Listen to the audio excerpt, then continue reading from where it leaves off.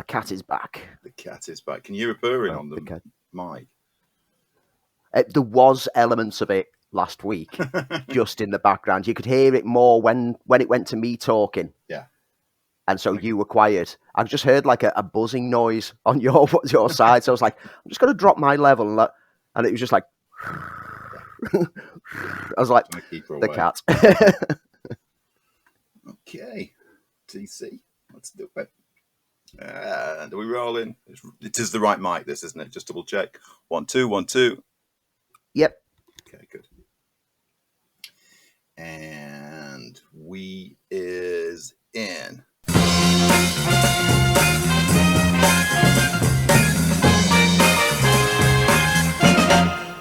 Ready? And in. Yep.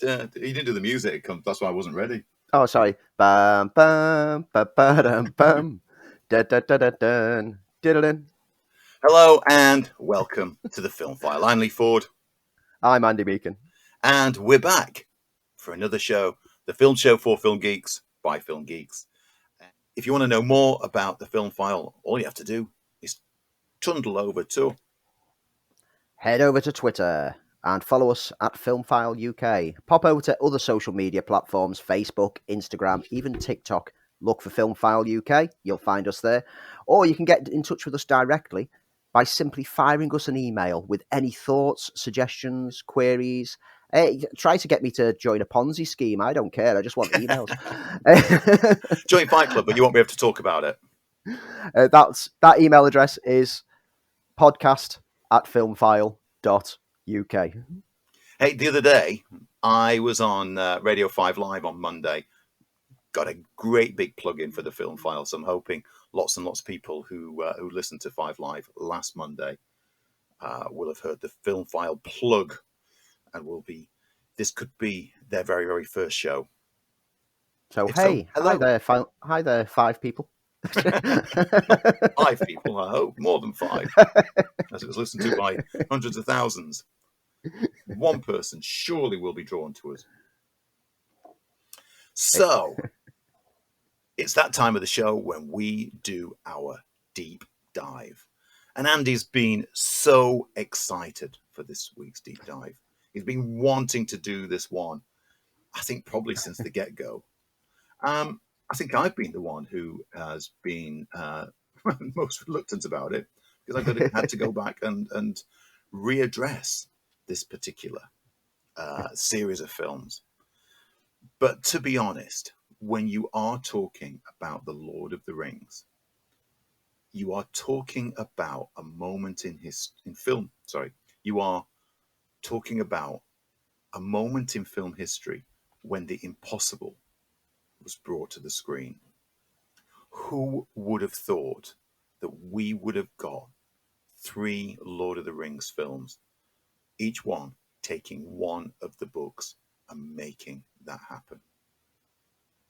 The first one came out 2001. In 2001 at the Fellowship of the Rings.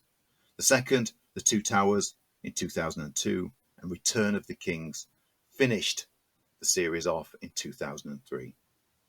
Directed and written by Peter Jackson, shot entirely on location in New Zealand and the US. The film featured an ensemble cast which included Elijah Wood, Ian McKellen, Liv Tyler, Viggo Mortensen, Sean Astin, Sean Bean, Kate Blanchett, John Rhys-Davies, Christopher Lee, Billy Boyd, Dominic Monaghan, Orlando Bloom, Hugo Weaving, and Andy Serkis. And the films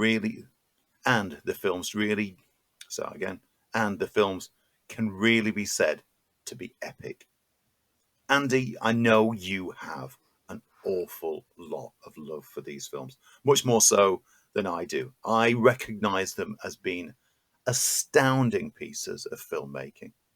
To be able to shoot those 3 films back to back in with that amount of magnitude was just a huge undertaking, and of course they got recognized by the time the 3rd film came out at the Oscars. And for years they've been trying to get The Lord of the Rings onto the screen. Could anybody else have done it? in the way that Peter Jackson did? Could anyone else have brought the true depth of love and movie making to these films? Andy, I know they're very special to you in the same way that our film last week, Before Sunrise, was special to me. Yeah, I mean, bit of backstory here is in the same way that Star Wars, and we've mentioned this, was the film that sparked my childhood journey into loving film and made me realise at a young age that film was something that I loved. I was a heavy reader as a child. I read a lot. I mean, I've already said before now that I was reading Stephen King by the age of 10. But before I got to Stephen King, the book that got me into reading and got me loving exploring strange worlds and fantasies and adventures was The Hobbit. At a very young reading age, I started reading The Hobbit, and it quickly became the book that I would always go back to. By the age of 10, I had read all 3 volumes of The Lord of the Rings, and I'd started working on the Silmarillion, although it would be a few more years before I'd be able to appreciate the prose of that historical kind of book. But The Lord of the Rings itself, Fellowship of the Ring, Return of the King, The Two Towers, I had read the 3 volumes of them before I turned 10. And I go back to reread all the volumes every few years. I must have read them 8, 9, maybe even 10 times through my life now. That's how much I adore these books. I adore them almost as much as Christopher Lee did, who apparently in interviews, he said that he reads them once a year, Wow. which is why when he was cast in the film, he originally went for the role of Gandalf. He didn't get it, but he was more than happy to play Saruman because he loves the material and he wanted to bring something to it. He wanted to be a part of it. Now, the story of the books had originally made its way to film with Ralph Bakshi's Lord of the Rings, the animated and rotoscope story. And again, this was another first. When we got our first VHS player, one of our first rentals was The Lord of the Rings, the Ralph Bakshi one. And which I've got a lot of love for, by the way. I must admit that I probably watched it a bit too much during that 24-hour rental period, because by the time it went back to the rental shop, part of the beginning of the tape had chewed up and the rental shop charged us. Now, with them charging us for the replacement of it, it meant we got to keep that version of it. So my uncle took out a pair of scissors, took the tape out, snipped out the bits that were chewed and knackered, put them back together, and I had a copy of Ralph Bakshi's Lord of the Rings on VHS to watch over and over again. And I did. And I lapped it up. And I love the art design in it. I love the style of the rotoscope live action mixed in with the animated characters. It's a beautiful film, but we never got the second part of it. Yeah, it was unfinished, wasn't it? After the Helm's Deep. But I held out hope that eventually I'd get to see the rest of that story told out on screen. So when Peter Jackson was tagged to make the tale into a trilogy, I was excited, but also worried. Worried why? Because at that point, Peter Jackson was only really known for low-budget indie schlock, and his one standout feature, which was Heavenly Creatures, which showed that he's not just all horror. But I still wasn't convinced that an indie director would be able to handle the epic scale of 3 films telling such a spectacular story. So it's still amazing today when you slot in, and not the 4K remasters, not the Blu-rays, I slotted in my extended edition DVDs and realizing how perfectly he made these films, how well of a handle he had on controlling all the elements, and how the effects work stands up so much better than other films of the time. These films came out at a time when the Star Wars prequels were coming out. The Harry Potter films, the first Harry Potter film came out the same year as the first Lord of the Rings film. You look at the first Harry Potter film and the second Harry Potter film now, and the effects work is ropey, shoddy. It looks rubberized. They haven't got CGI characters right. And then you slot Lord of the Rings in, and you look at Gollum, and you believe that character. That CGI character represented on screen is still perfect today, and still, I think, the best CGI character that we've ever had on film. And that's down to 2 things. Though, don't you? As you say, you're going to say absolutely down to the performance, aren't you? You fall in love with the character, despite the fact he's a troubled soul. He's he's kind of a bad character, but he's been made bad by circumstances. And it's down to two things. It's down to the excellent work that Weta Digital did.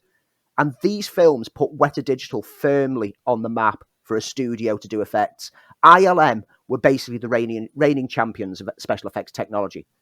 But you compare ILM's work at that time, again, Harry Potter, with this, and you realise why Weta suddenly came into prominence and ILM had to pick up their game a bit. They couldn't rest on their laurels of history from that point onwards. They had to improve. But more than that is Andy Serkis himself.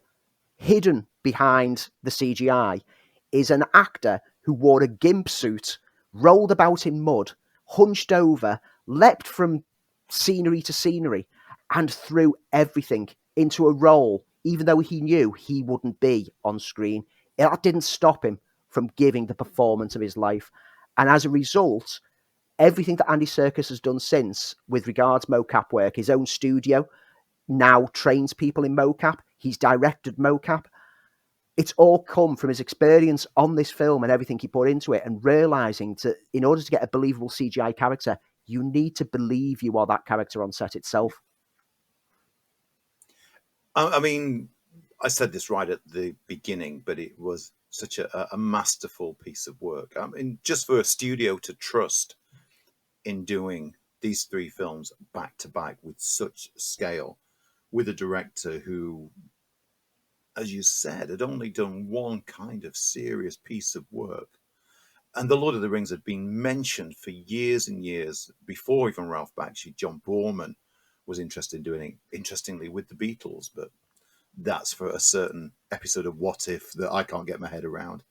There's been lots of talk about What If, there's been lots and lots of talk about Lord of the Rings coming to the screen, and I can't imagine anybody else who could have brought it with such style and with such heart. And that's, I think, why it works. You know, he loves it. He loved the characters. His cast were absolutely spot on. And I'll talk about some of the casting ideas in a sec. That he did create a fellowship, and I think that shines across each of the film. It's his love of the world, his love of the characters. He's absolutely embedded with that. I think he took a stumble with The Hobbit, and I think the main problem he had with The Hobbit was by doing it as three films, and The Hobbit should be short and fun in the way that Lord of the Rings is epic. But I think for this piece of work. So, as I said, there are many directors have been wanting to do Lord of the Rings. As I said, John Boorman, Ralph Bakshi, as Andy mentioned. But Miramax originally were quite interested, and they were interested with Jackson after a few abstract discussions and a script and a casting wish list, which included Kate Blanchett, Ian Holm for Bilbo, Patrick Stewart might have been right at that point for Gandalf, but they drew but Ian McKellen became the number one choice for Jackson. Christopher Lee sent Jackson a photograph of him in wizard's costume because he wanted to play Gandalf, as Andy said, but decided he'd be perfect and absolutely perfect for Saruman. There were suggestions of Max von Sydow, Paul Schofield, even, strangely enough, Morgan Freeman. I could see that. And then when New Line took over, they suggested Christopher Plummer or Sean Connery, both of who declined the part. Just hang on a second.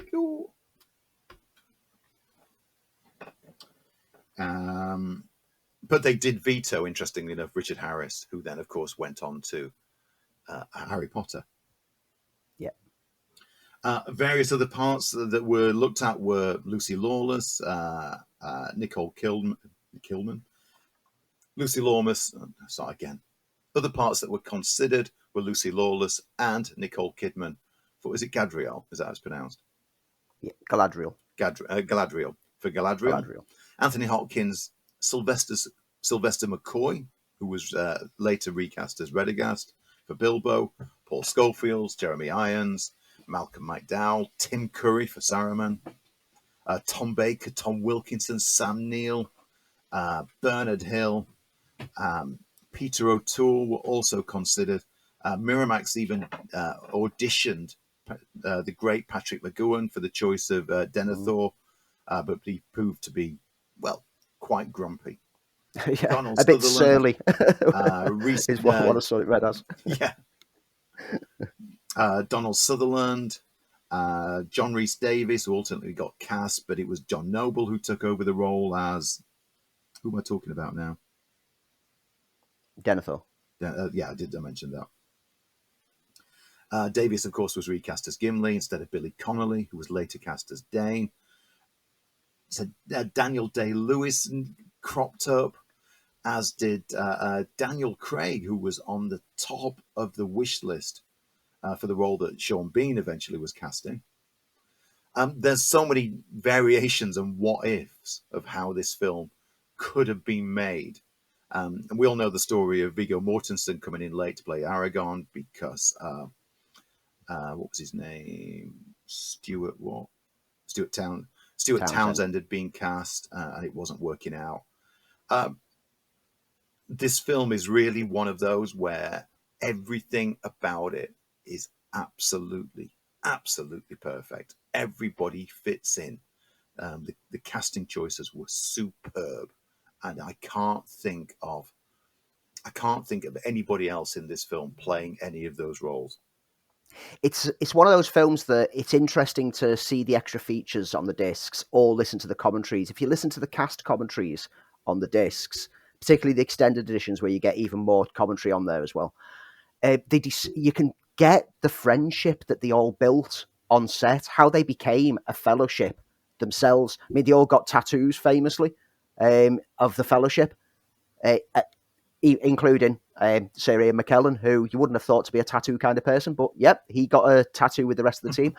But yeah, Sean Astin talks on the commentary about how they would, like, all the cast would help with setting up the lighting or carrying things from location to location, because it wasn't just they're turning up to be actors, they're turning up to be a part of a great story.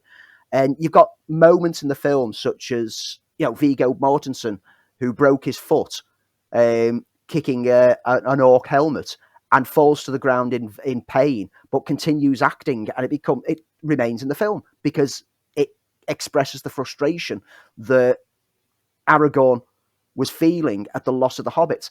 There's so many elements of this film that just work so well. And yes, the story, Jackson, in adapting it over, he cut a few elements out from the story, or he changed some characters around and he tweaked it. But it's the kind of changes that long-term fans of Tolkien, like myself, understood the reason for and embraced. If they could go back and redo them, yes, I would love to see the Scouring of the Shire, which is what closes off the books. And that's basically after the ring's been destroyed, they go back to the Shire and find that Saruman has actually ransacked it with his orc army and turned it into industrialized. And it's supposed to show that no matter how isolated you think you are, war will affect everyone. But we didn't want that at the end of a film. We didn't want a downer like that. Imagine finishing a film with going, oh, and it all was trash anyway. Yeah. And it wouldn't have worked cinematically. Tom Bombadil, I never quite got as a character in the books anyway. I know what his presence meant, but it's not essential to the story. So it was a great choice to remove him from it, because I think it would have damaged that first film a bit for general audiences who don't know Tolkien. It's a great trilogy of films, and I still say it's a trilogy of films, even though I generally consider them as one film. They are one story. No film in that series stands alone on its own. You can't just go in and go, oh, I'm going to watch Return of the King. I've never seen the other two, because you've got no idea what's going on. You can't watch Fellowship without getting ready to watch the next two, because it ends just bluntly. All of the films are linked. It's all one film. And yes, we got the Hobbit trilogy. And it's not bad. It's overlong. It could have been 2 films rather than 3. I get why he added in loads of materials. He wanted to give all the appendices and the backstory to it and give it a feeling of the original Lord of the Rings trilogy. But the biggest problem with The Hobbit was the effects. We've already mentioned that Weta Digital's effects work on the first 3 was groundbreaking, but it was a lot of practical effects. There was moving scenery to give forced perspectives. There was use of like small actors against like the tall actors and like people on stilts to give the perspectives, etc., etc. But then when it came to making The Hobbit, everything became CGI. Yes. The orc armies, which looked magnificent in their makeup in the original Lord of the Rings, are now all CGI. And it's not aged well. You watch the Hobbit films now, they look like they were made before the Lord of the Rings films because they look cheap. They don't look convincing. Too much CGI has ruined it. Yes, Gollum was a great CGI creation. That doesn't mean you pack every character into CGI. And there's famously the moments that Ian McKellen lost his rag a bit on the set of The Hobbit, where he was basically doing green screen work against a load of tennis balls to represent the dwarves sat around the table. And he's just basically broke down and he burst into tears saying, "This is not why I went into acting. I didn't go into acting to act against balls on sticks." And you kind of get it because he was coming back to the franchise thinking that experience on Lord of the Rings meant so much. Can we repeat that? And he discovered pretty early on that that wasn't the way they were going to go. And it was going to be a bit cheaper. I find what worked in Lord of the Rings, which was, as I said earlier, was the heart. The heart was missing from The Hobbit. Yeah. Guillermo del Toro was originally in place to direct it for an awful long time, but including moving down to New Zealand. And from the rumors that I had heard, it was taking so much time that his family weren't happy down there and wanted to move back to the States. He's down as a producer. I think he would have had an interesting approach. His approach was to do it as one film. Yeah. I think the 3 films overextended what is a quite a slight book by comparison, and too much time is taken away from the quest element to deal with sort of secondary characters, and it gets lost. Clearly, it's understandable why Jackson wanted to go back to this world and explore it further. But I just think it was a missed opportunity of doing something which could have been a lot tighter and certainly didn't deserve to be brought into 3. And that felt like a money grab as opposed to, as I said, the heart of it. Yeah. The films were an absolutely huge success, earning millions, making back their initial investment. Altogether, the films have grossed over billions worldwide. 2.99 billion. 2.99, in fact, yeah. And are much loved. But much loved, for me, less so to do with the story, but to do with just the endeavor of making those kinds of films back to back and doing it with such a grandiose work, in such a grandiose way with the perfect cast. I'm not invested in Lord of the Rings in any stretch of the imagination, but I love what Jackson did. It only ever falls down for me with the last film, and its multiple endings.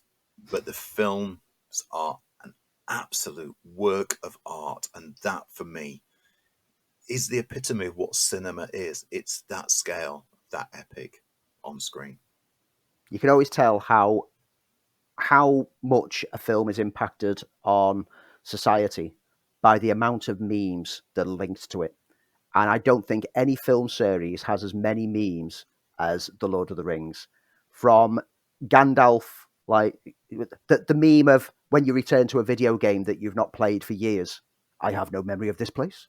To the taking the hobbits to Isengard music video, which is absolutely, once you've seen that music video, you will not be able to watch the films again and get to that point of the film without rupturing in laughter. It impacted on general audiences. Like you say, you're not really a fan of the source material. You've not really as immersed in it as I am. You appreciate it for the technical achievements, and it's a stunning set of films. I appreciate every aspect of it. It managed to reach everyone.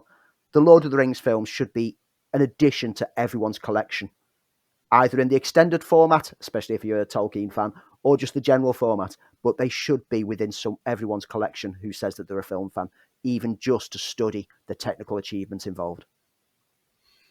So that's our deep dive for this week, Lord of the Rings. And if you want to watch the Lord of the Rings trilogy, where can you find them?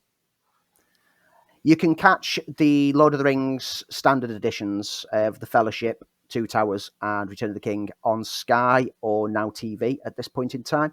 You can rent them for decent prices or purchase them over on other streaming platforms. And the Hobbit series, I believe, are currently on both Netflix and Amazon. But I mean, you can pick up the full box set of all 6 films for about 30 quid on Amazon at the moment in Blu-ray. So why not treat yourself? 30 quid for 6 films. And we'll be back with another deep dive next week.